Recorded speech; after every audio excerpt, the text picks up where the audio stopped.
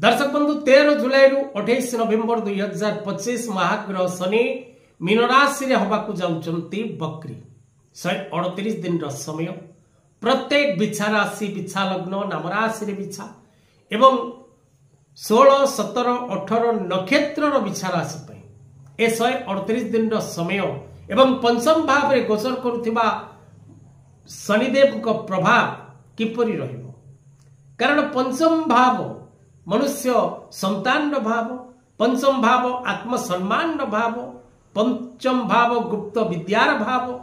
पंचम भाव विशेषकर शिक्षार भाव तेणु पंचम भाव उपरे मनर मध्य अधिकार रहता है। तेणु पंचम भाव